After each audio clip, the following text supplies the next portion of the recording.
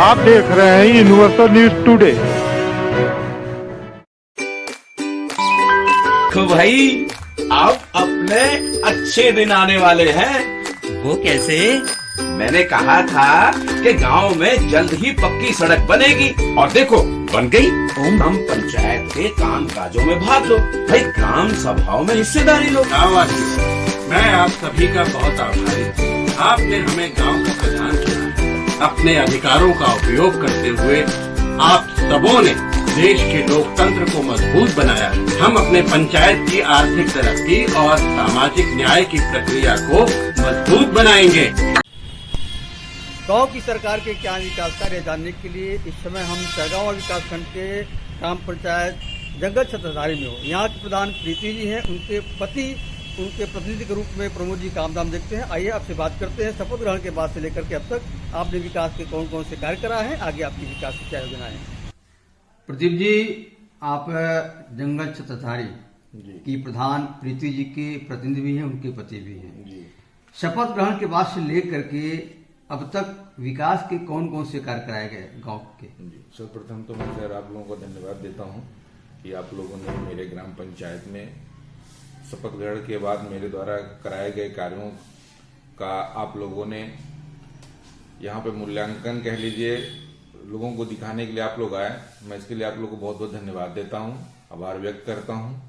और मैं आप लोगों से बताना चाहता हूँ कि सर ये शपथ ग्रहण के बाद जो मेरी एक मंशा थी कि इस गांव को एक सुंदर गांव, स्वच्छ गांव बनाना है, उसके तहत हमने तमाम बहुत सारे विकास कार्य किए।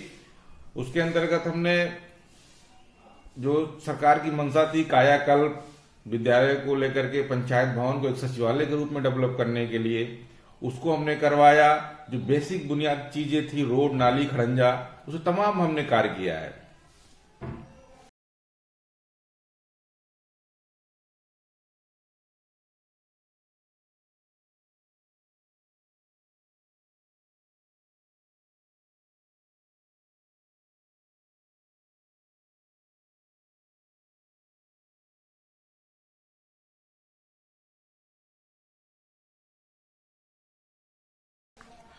विद्यालय की कायाकल्प की बात आप कर रहे हैं, पंचायत भवन के कायाकल्प की बात। जी।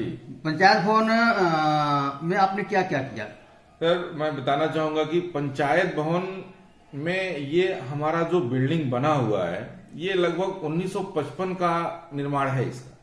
और मैं जब प्रधान के रूप में हमारी पत्नी चुन के आई, मुझे प्रधान प्रतिनिधि के रूप में कार्य करने को मिला, तो इस पंचायत भवन का ये हाल था कि यहाँ पे मतलब बैठना दुर्लभ था, एकदम जर्जर हाल में थी। और मैंने एक नई सोच, नया प्रयास करने का प्रयास किया और उसके अंतर्गत हमने इसका पूरा छत का मरम्मत करवाया, अंदर कमरों की मरम्मत कराई, बढ़िया क्लास का पेंटिंग लगवाया, वॉल पेंटिंग करवाया, फॉर सेलिंग करवाया, जो आपके सामने आज यहाँ पे दिख रहा है। इसमें मतलब बैठने की सुविधा नहीं थी, चेयर, मतलब इसकी जो बेसिक चीजें थी हमने वो करवाया सर।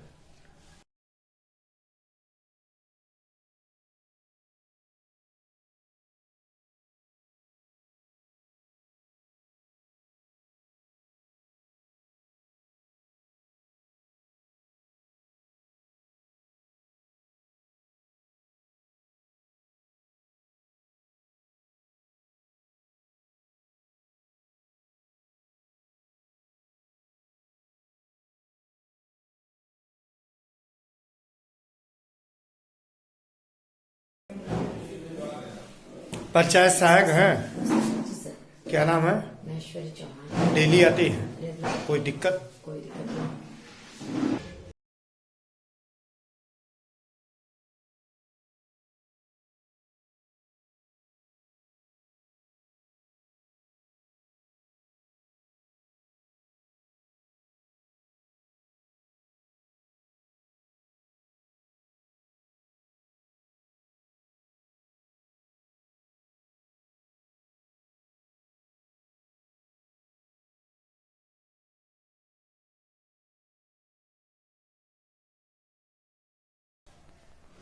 आपके ग्राम सभा में कुल कितने विद्यालय हैं? मेरे ग्राम सभा में 4 विद्यालय हैं, जिसमें 3 प्राथमिक विद्यालय हैं और 1 पूर्व माध्यमिक विद्यालय। तो किसी का आपने कायाकल्प भी कराया? हाँ, मैं जहां पे ये मेरा पंचायत भवन स्थित है, इसके बगल में ही एक प्राथमिक विद्यालय है।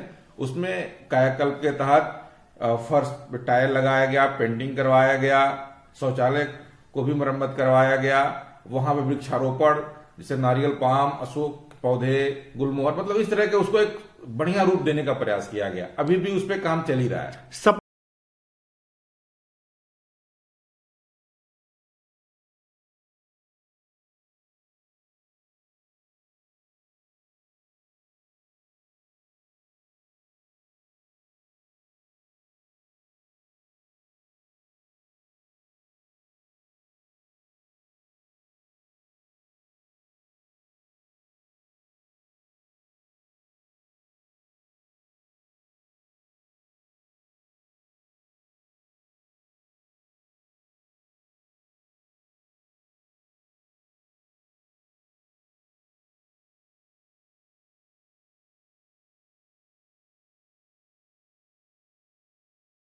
शपथ ग्रहण के बाद से आपको एक सामुदायिक शौचालय भी मिला होगा जी। तो उसकी क्या स्थिति थी? क्या उसमें भी कुछ काम कराने पड़े आपको? नहीं, वो पिछले कार्यकाल जो रहे प्रधान जी के, उनके द्वारा उसका निर्माण कराया गया था। हाँ, उसमें कुछ कमियां रह गई थी। जैसे वो उसका जो बाउंड्री वाल था, वहां मिट्टी डलवाना था। तो ये काम मेरे इस कार्य योजना में सम्मिलित है सर। मैं उसको प्राथमिकता के आधार पर लेकर के मैं उस पर काम जल्दी शुरू करा रहा हूँ। उस पर सामुदायिक शौचालय उपयोग में है? हाँ, सामुदायिक शौचालय मेरा उपयोग में है। वहां एक मेरे द्वारा शासन की मंशा थी कि उसकी देखभाल के लिए केयर टेकर को रखा जाए। तो समूह की महिला को उस केयर टेकर के रूप में उसकी साफ सफाई देख रेख करने के लिए वो परमानेंट अपना रहती है, काम करती है। आपके गांव में भी अकुशल मजदूर होंगे। उन अकुशल मजदूरों को रोजगार देने के लिए आपने मनरेगा से कुछ कार्य कराए? जी, मनरेगा से हमने बहुत प्रयास किया और काम भी कराया गया। जिसमें काम के रूप में आपको बता दें कि नहर है, नहर में सिल्ट की सफाई की गई, लगभग उसको काम कराया गया। नहर के सिल्ट की सफाई कितना किया गया? लगभग 1 से 1.5 किलोमीटर की सफाई हमने लगभग 1.5 किलोमीटर। और उसमें ठीक ठाक लोगों को, लगभग 100 से 150 लोगों को हमने मजदूरी के रूप में कार्य दिया है। वो काम किए हैं लोग। और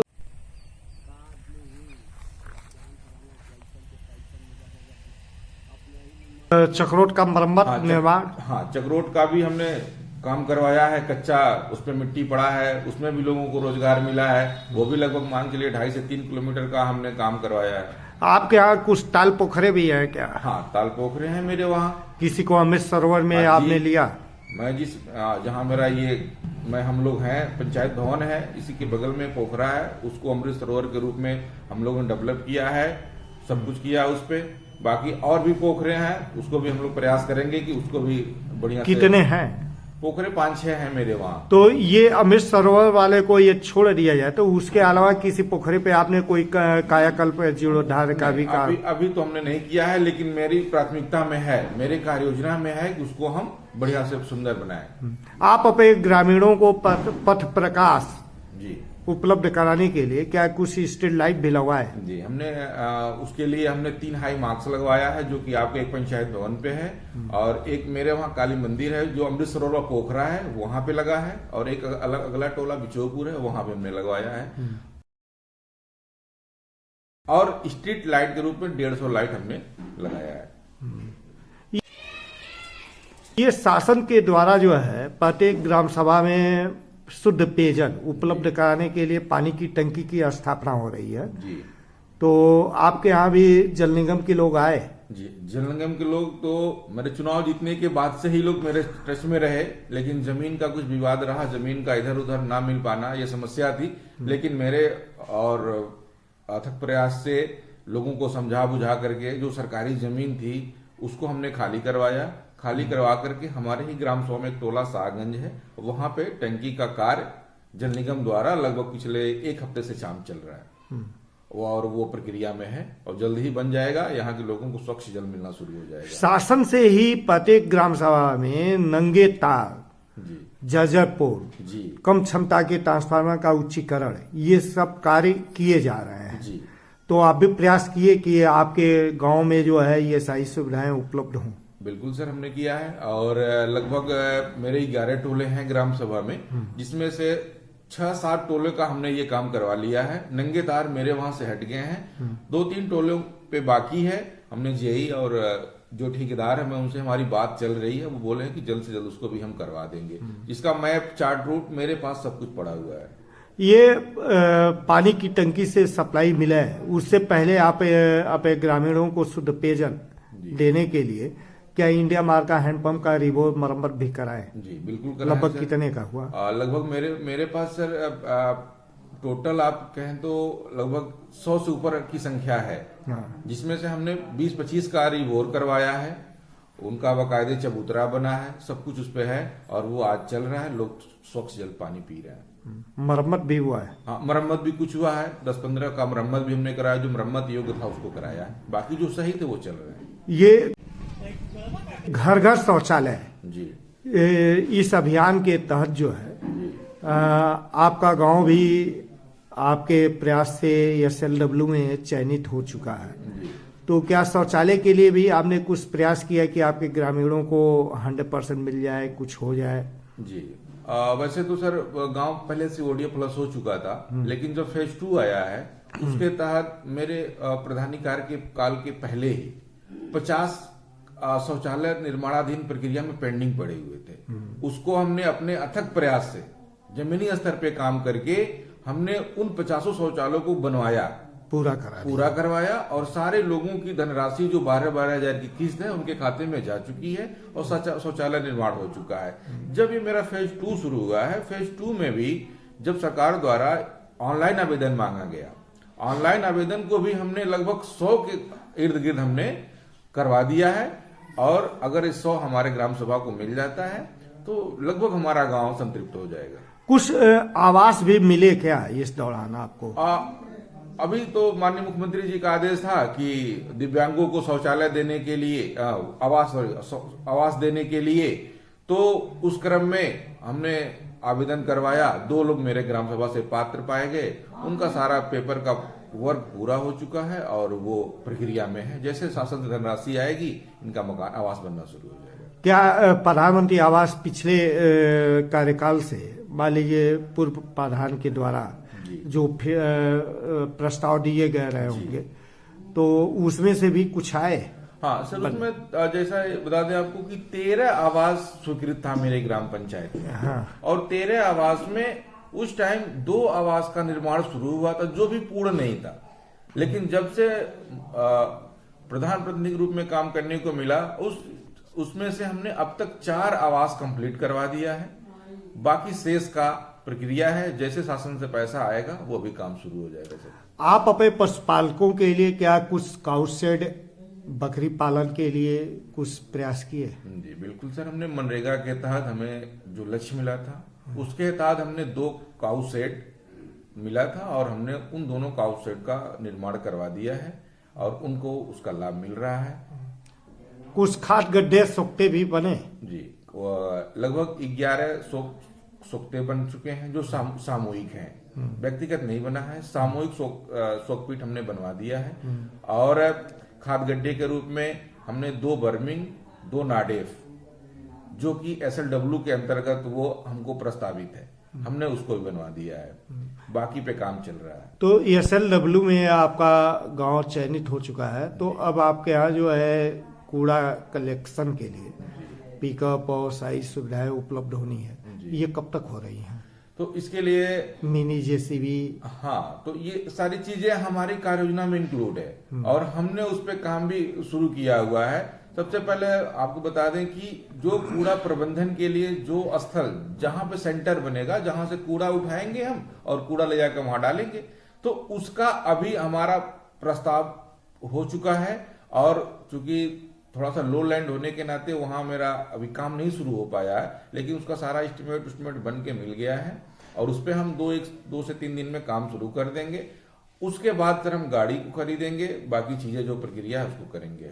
आप युवा हैं जी, और राजनीति शास्त्र से आपने मास्टर डिग्री लिया, जी, B.Ed किया जी, राजनीति में आप आए, जिस शिक्षा को आपने लिया उस शिक्षा को साकार करने के लिए आप इस राजनीति के क्षेत्र में उतरे।